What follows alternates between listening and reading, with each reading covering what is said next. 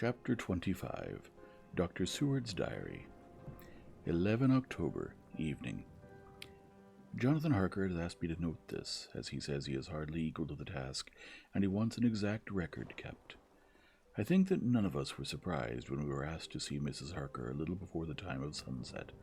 We have of late come to understand that sunrise and sunset are to her times of peculiar freedom, when her old self can be manifest without any controlling force subduing or restraining her, or inciting her to action.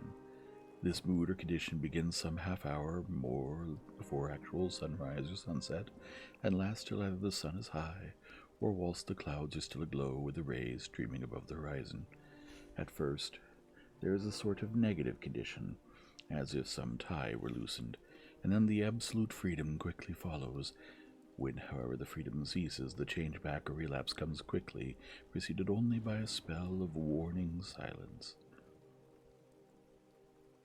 Tonight, when we met, she was somewhat constrained, and bore all the signs of an internal struggle. I put it down myself to her making a violent effort at the earliest instant she could do so. A very few minutes, however, gave her complete control of herself. Then, motioning her husband to sit beside her on the sofa, where she was half reclining, she made the rest of us bring chairs up close. Taking her husband's hand in hers, began, "We are all here together in freedom, for perhaps the last time. I know, dear, I know that you will always be with me to the end." This was to her husband, whose hand had, as we could see, tightened upon hers. "In the morning we go out upon our task, and God alone knows what may be in store for any of us. You are going to be so good to me as to take me with you. I know that all that brave, earnest men can do for a poor, weak woman whose soul perhaps is lost. No, not yet, but is at any rate at stake. You will do. But you must remember that I am not as you are. There is a poison in my blood, in my soul, which may destroy me, which must destroy me unless some relief comes to us. Oh, my friends, you know as well as I do that my soul is at stake. And though I know there is one way out for me, you must not, and I must not take." She looked appealingly to us all in turn, beginning and ending with her husband. "What is that way?" asked Van Helsing in a hoarse voice. "What is that way which we must not, may not take?" "That I may die now, either by my own hand or that of another, before the greater evil is entirely wrought.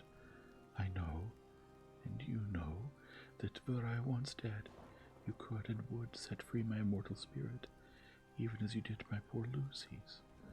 Were death, or the fear of death, the only thing that stood in the way, I would not shrink to die here, now amidst the friends who love me. But death is not all. I cannot believe that to die in such a case, when there is hope before us, and a bitter task to be done, is God's will. Therefore, I, on my part, give up here the certainty of eternal rest, and go out into the dark, where be the blackest things that the world or the netherworld holds." We were all silent, for we knew instinctively that this was only a prelude. The faces of the others were set, and Harker's grew ashen gray. Perhaps he guessed better than any of us what was coming. She continued, "This is what I can give into the hotchpot. I could not but note the quaint legal phrase which she used in such a place, and with all seriousness. What will each of you give? Your lives, I know," she went on quickly. "That is easy for brave men. Your lives are God's, and you can give them back to him. But what will you give to me?"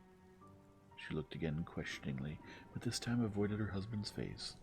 Quincy seemed to understand. He nodded, and her face lit up. "Then I shall tell you plainly what I want, for there must be no doubtful matter in this connection between us now. You must promise me, one and all, even you, my beloved husband, that should the time come, you will kill me." "What is that time?" The voice was Quincy's, but it was low and strained. "When you shall be convinced that I am so changed that it is better that I die, that I may live. When I am thus dead in the flesh, Then you will, without a moment's delay, drive a stake through me and cut off my head, or do whatever else may be wanting to give me rest." Quincy was the first to rise after the pause.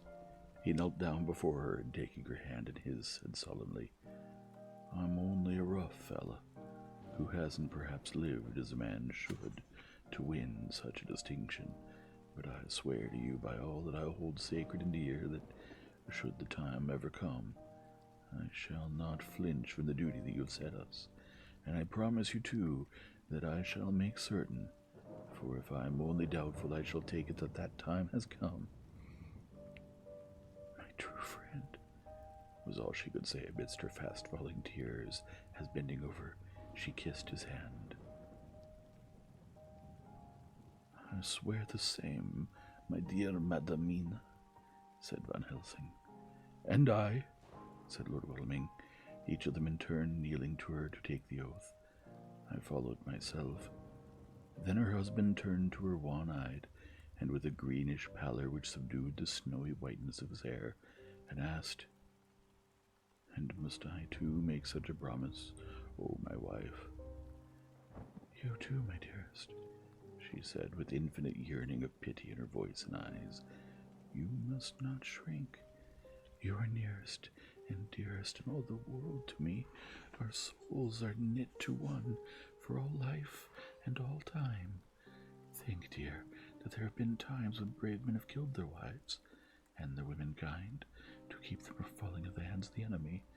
Their hands did not falter any the more because those that they loved implored them to slay them. It is men's duty towards those whom they love in such times of sore trial. And oh, my dear, if it is to be that I must meet death at any hand, let it be at the hand of him that loves me best. Dr. Van Helsing, I have not forgotten your mercy in poor Lucy's case to him who loved." She stopped with a flying blush and changed her phrase. "To him who had best right to give her peace. If that time shall come again, I look to you to make it a happy memory of my husband's life, that it was his loving hand which set me free from the awful thrall upon me." "Again I swear," came the professor's resonant voice. Mrs. Harker smiled, positively smiled, as with a sigh of relief she leaned back and said, "And now, one word of warning, a warning which you must never forget. This time, if it ever come, may come quickly and unexpectedly, and in such case you must lose no time in using your opportunity. At such a time I myself might be, nay, if the time ever comes shall be, leagued with your enemy against you. One more request." She became very solemn as she said this. "It is not vital and necessary like the other, but I want you to do one thing for me, if you will." We all acquiesced, but no one spoke. There was no need to speak. "I want you to read the burial service." She was interrupted by a deep groan from her husband. Taking his hand in hers, she held it over her heart and continued, "You must read it over me some day. Whatever may be the issue of all this fearful state of things, it will be a sweet thought to all, or some of us. You, my dearest, will, I hope, read it, for then it will be in your voice in my memory forever, come what may." "But, oh, my dear one," he pleaded, "death is afar off from you." "Nay," she said, holding up a warning hand, "I am deeper in death at this moment than if the weight of an earthly grave lay heavy upon me." "Oh, my wife, must I read it?" he said before he began. "It would come from me, my husband," was all she said, and he began to read when she had got the book ready. How could anyone tell of that strange scene, its solemnity, its gloom, its sadness and horror, and withal its sweetness? Even a skeptic who can see nothing but a travesty of bitter truth in anything holy or emotional would have been melted to the heart had he seen that little group of loving and devoted friends kneeling round that stricken and sorrowing lady, or heard the tender passion of her husband's voice, as in tones so broken with emotion that often he had to pause, he read the simple and beautiful service from the burial of the dead. I cannot go on. Words and voice fail me. She was right in her instinct. Strange that it all was, bizarre as it may hereafter seem even to us who felt its potent influence at the time, it comforted us much, and the silence, which showed Mrs. Harker's coming relapse from her freedom of soul, did not seem so full of despair to any of us as we had dreaded. Jonathan Harker's Journal. 15 October, Varna. We left Charing Cross on the morning of the 12th, got to Paris the same night, and took the places secured for us in the Orient Express. We traveled night and day, arriving here at about 5 o'clock. Lord Godalming went to the consulate to see if any telegram had arrived for him, while the rest of us came on to this hotel, the Odysseus. The journey may have had incidents. I was, however, too eager to get on to care for them. Until the Tsarina Catherine comes into port, there will be no interest for me in anything in the wide world. Thank God, Mina is well, and looks to be getting stronger. Her color is coming back. She sleeps a great deal. Throughout the journey, she slept nearly all the time. Before sunrise and sunset, however, she is very wakeful and alert, and it has become a habit for Von Helsing to hypnotize her at such times. At first, some effort was needed, and he had to make many passes, but now she seems to yield at once, as if by habit, and scarcely any action is needed. He seems to have power at these particular moments to simply will, and her thoughts obey him. He always asks her what she can see and hear. She answers to the first, "Nothing. All is dark." And to the second, "I can hear the waves lapping against the ship, and the water rushing by. Canvas and cordage strain, and masts and yards creak. The wind is high. I can hear it at the shrouds, and the bow throws back the foam." It is evident the Tsarina Catherine is still at sea, hastening on her way to Varna. Lord Godalming has just returned. He had 4 telegrams, one each day since we started, and all to the same effect, that the Tsarina Catherine had not been reported to Lloyd's from anywhere. He had arranged before leaving London that his agent should send him every day a telegram saying if the ship had been reported. He was to have a message even if she were not reported, so that he might be sure that there was a watch being kept at the other end of the wire. We had dinner and went to bed early. Tomorrow we are to see the vice-consul and to arrange, if we can, about getting on board the ship as soon as she arrives. Van Helsing says that our chance will be to get on the boat between sunrise and sunset. The Count, even if he takes the form of a bat, cannot cross the running water of his own volition, and so cannot leave the ship. As he dare not change to man's form without suspicion, which he evidently wishes to avoid, he must remain in the box. If, then, we can come on board after sunrise, he is at our mercy. For we can open the box and make sure of him as we did of poor Lucy before he wakes. What mercy he shall get from us will not count for much. We think that we shall not have much trouble with officials or the seamen.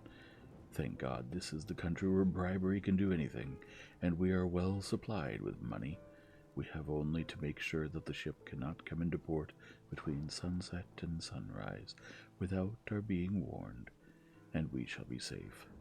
Judge Moneybag will settle this case, I think. 16 October. Mina's report still the same. Lapping waves and rushing water. Darkness and favoring winds. We are evidently in good time, and when we hear the Tsarina Catherine, we shall be ready. As she must pass the Dardanelles, we are sure to have some report. 17 October. Everything is pretty well fixed now. I think to welcome the Count on his return from his tour. Godalming told the shippers that he fancied that the box sent aboard might contain something stolen from a friend of his, and got a half consent that he might open it at his own risk. The owner gave him a paper telling the captain to give him every facility in doing whatever he chose on board the ship, and also a similar authorization to his agent at Varna. We have seen the agent, who was much impressed with Godalming's kindly manner to him, and we are all satisfied that whatever he can do to aid our wishes will be done. We have already arranged what to do in case we get the box open.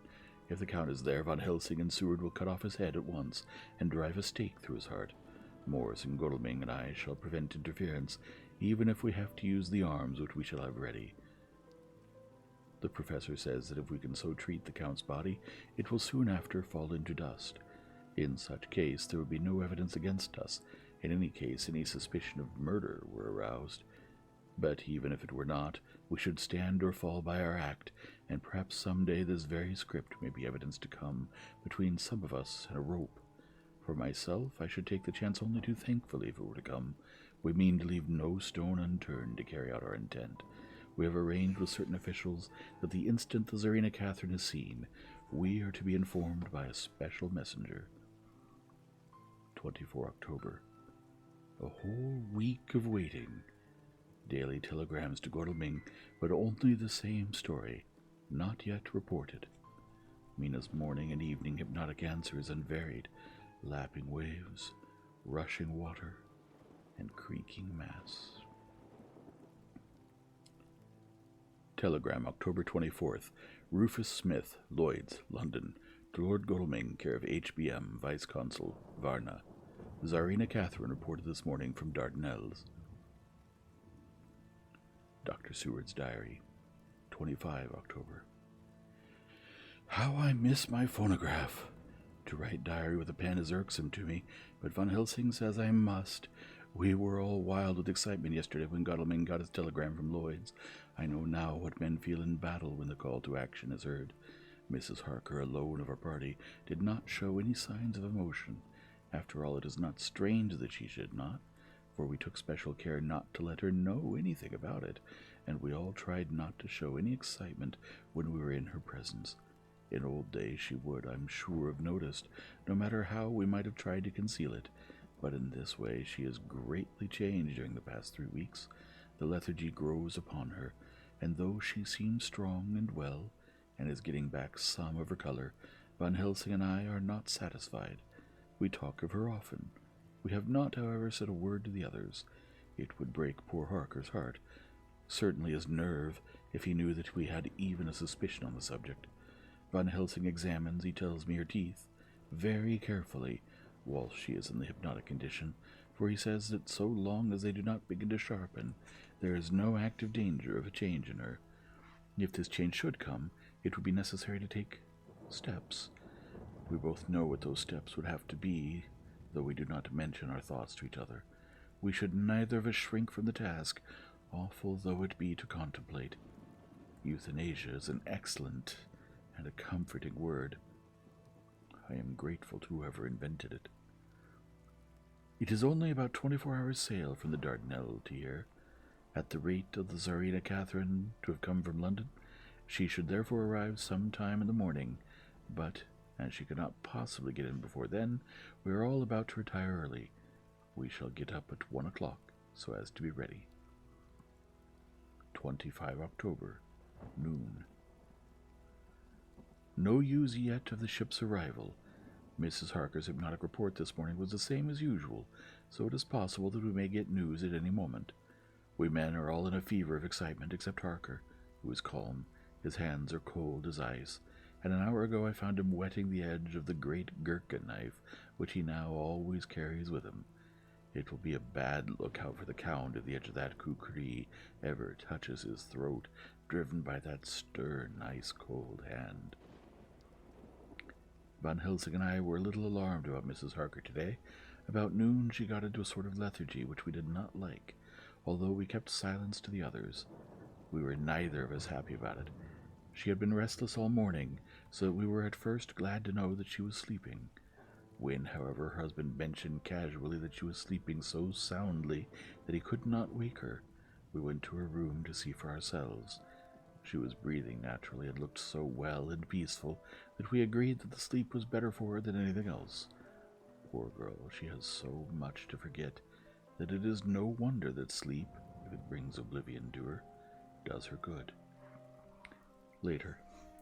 Our opinion was justified, for when after a refreshing sleep of some hours she woke up, she seemed brighter and better than she had been for days. At sunset she made the usual hypnotic report. Wherever he may be in the Black Sea, the Count is hurrying to his destination. To his doom, I trust. 26 October. Another day and no tidings of the Tsarina Catherine. She ought to be here by now. That she is still journeying somewhere is apparent, for Mrs. Harker's hypnotic report at sunrise was still the same. It is possible that the vessel may be lying by at times, or for fog. Some of the streamers that came in last evening reported patches of fog both north and south of the port. We must continue our watching, as the ship may now be signaled at any moment. 27 October, noon. Most strange. No news yet of the ship we wait for. Mrs. Harker reported last night and this morning as usual, lapping waves and rushing water, though she added that the waves were very faint. The telegrams from London have been the same. No further report. Van Helsing is terribly anxious, and told me just now that he fears the Count is escaping us.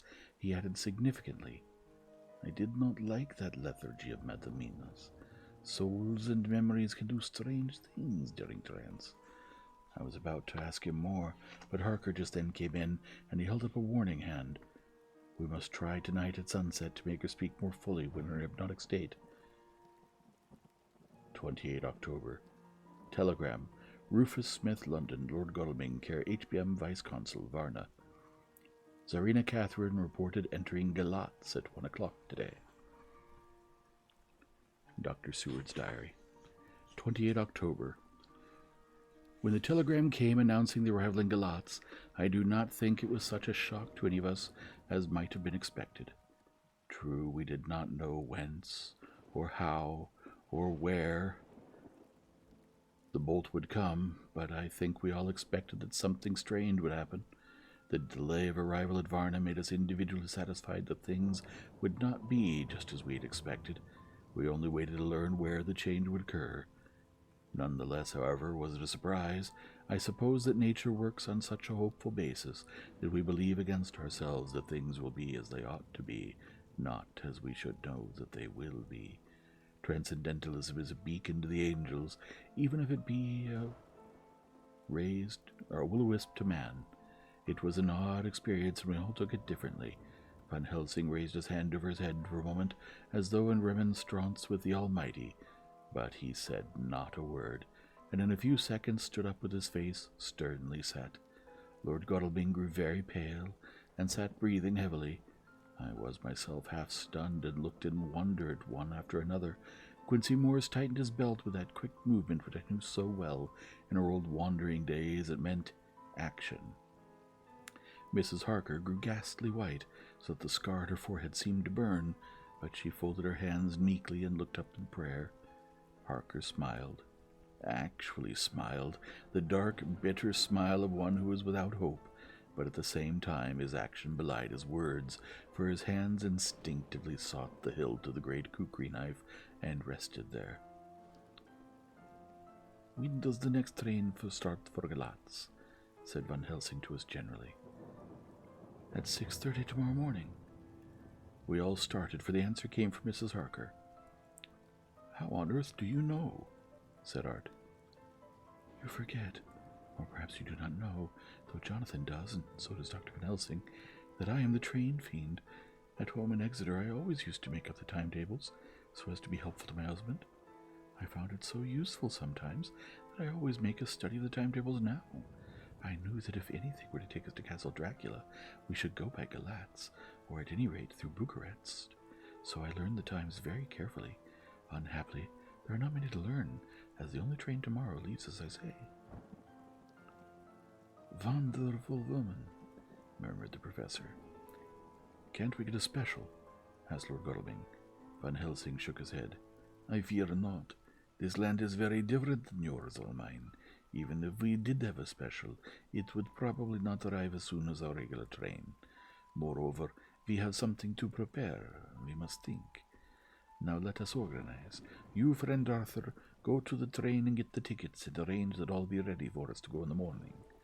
Do you, friend Jonathan, go to the agent of the ship and get from him letters to the agent in Galatz with authority to make search the ship just as it was here.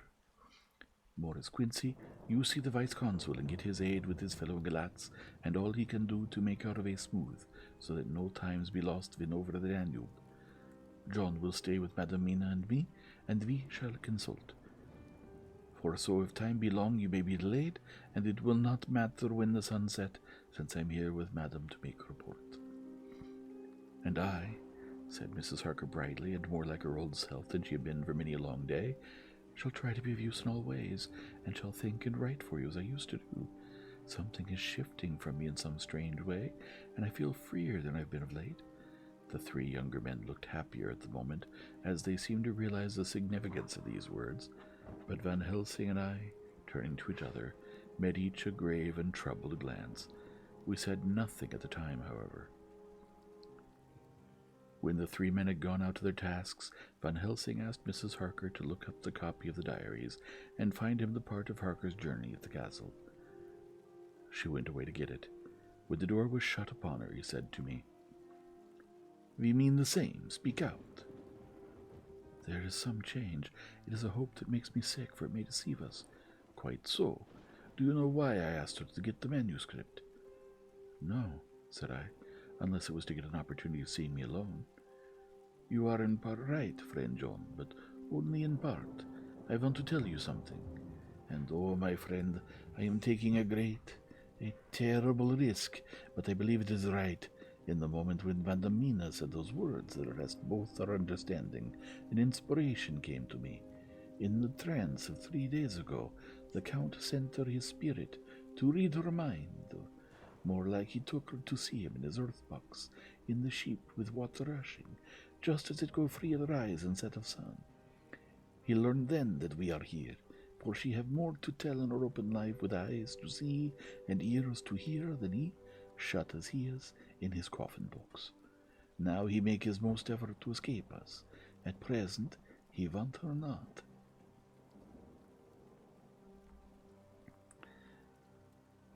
He is sure with his so great knowledge that she will come at his call, but he cut her off, take her, as he can do, out of his own power, that so she not come to him. There I have hoped that our man-brains that have been of men so long, and have not lost the grace of God, will come higher than his child-brain that lie in his tomb for centuries, that grow not yet to our stature, and that do only work selfish and therefore small. Here comes Madamina, not a word to her of the trance. She know it not, and it would overwhelm her, and make despair just when we want all of her hope, all her courage, when most we want all her great brain, which is trained like man's brain, but is a sweet woman, and have a special power which the Count give her, and which she may not take away altogether, although he think not so. Hush, let me speak, and you shall learn. Oh, John, my friend, we are in awful straits. I fear, as I never feared before, we can only trust the good God. Silence. Here she comes. I thought that the professor was going to break down and have hysterics, just as he had when Lucy died, but with a great effort he controlled himself, and was at perfect nervous poise when Mrs. Harker tripped into the room, bright and happy-looking, and, in the doing of work, seemingly forgetful of her misery. As she came in, she handed a number of sheets of typewriting to Van Helsing. He looked over them gravely, his face brightening up as he read. Then, holding the pages between his finger and thumb, he said, "Friend John, to you with so much of experience already, and to you too, dear Madamina, that are young, here is a lesson. Do not fear ever to think. A half-thought has been buzzing often in my brain, but I feared to let him loose his wings. Here now, with more knowledge, I go back to where that half-thought come from, and I find that he be no half-thought at all, that he be a whole thought, though so young that he is not yet strong to use his little wings. Nay, like the ugly duck, my friend Hans Andersen, he be no duck wrought at all, but a big swan that sail nobly on big wings, when the time come for him to try them. See, I read here what Jonathan have written. The other of his race, who in a latter age again and again brought his forces over the great river into Turkey land, who, when he was beaten back, came again and again and again, though he had to come alone from the bloody field where his troops were being slaughtered, since he knew that he alone could ultimately triumph. What does this tell us? Not much, no? The Count's child thought see nothing, therefore he speaks so free. Your man thought see nothing, my man thought see nothing, till just now. No, but there comes another word from someone who speak without thought, because she, too, know not what it mean, what it might mean.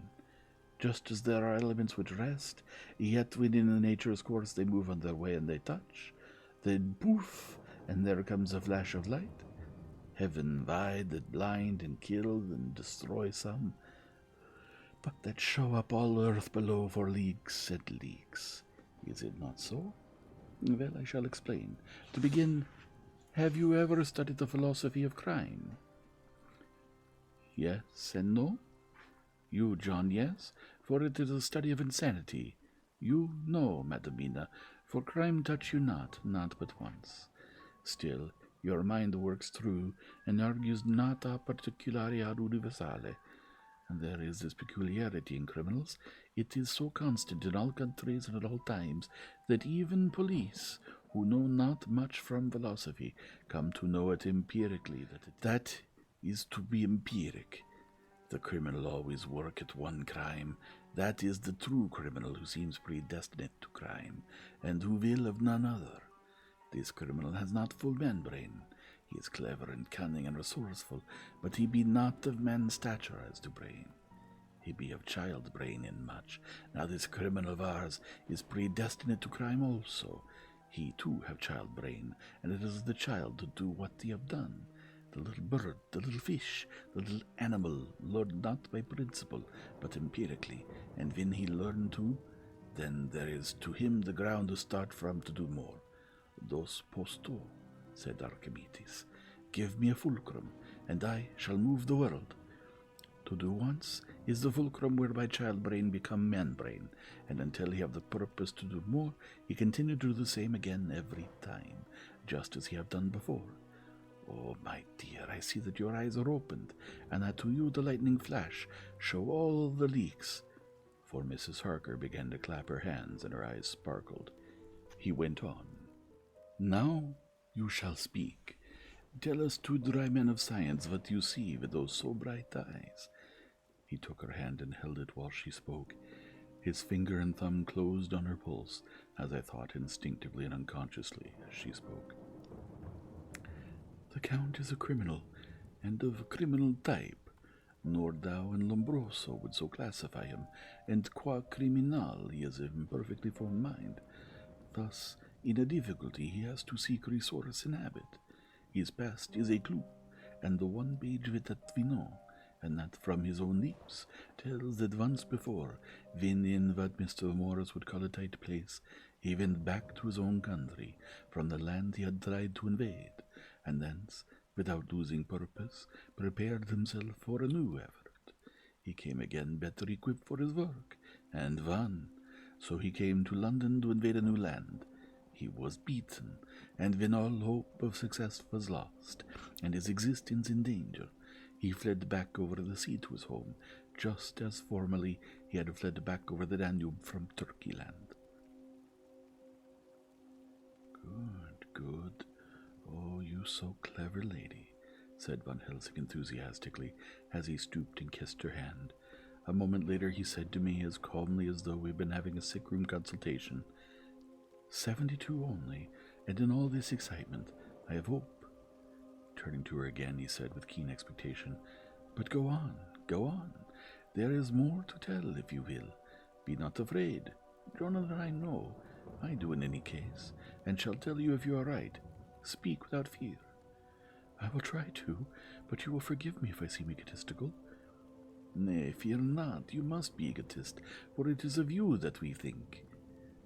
Then, as he is criminal, he is selfish, and as his intellect is small and his action is based on selfishness, he confines himself to one purpose. That purpose is remorseless. As he fled back over the Danube, leaving his forces to be cut to pieces, so now he is intent on being safe, careless of all. So his own selfishness frees my soul somewhat from the terrible power which he acquired over me on that dreadful night. I felt it. Oh, I felt it. Thank God for his great mercy. His soul is freer than it has been since that awful hour, and all that haunts me is a fear lest in some trance or dream he may have used my knowledge for his ends. The professor stood up. He has so used your mind, and by it he has left us here in Varna, whilst the ship that carried him rushed through enveloping fog up to Galatz, where doubtless he had made preparation for escaping from us. But his child mind only saw so far, and it may be that, as ever is in God's providence, the very thing that the evildoer most reckoned on for his selfish good turns out to be his chiefest harm. The hunter is taken in his own snare, as the great psalmist said. For now that he think he is free from every trace of us all, and that he has escaped us with so many hours to him, then his selfish child brain will whisper him to sleep. He think too that as he cut himself off from knowing your mind, there can be no knowledge of him to you. There is very well. That terrible baptism of blood which he give you makes you free to go to him in spirit, as you have as yet done in your times of freedom, when the sun rise and set. At such times you go by my volition, and not by his, and his power to good of you and others, as you have won from your suffering at his hands. This is now all the more precious that we know it. Not, and to guard himself, have even cut himself off from his knowledge of our bear.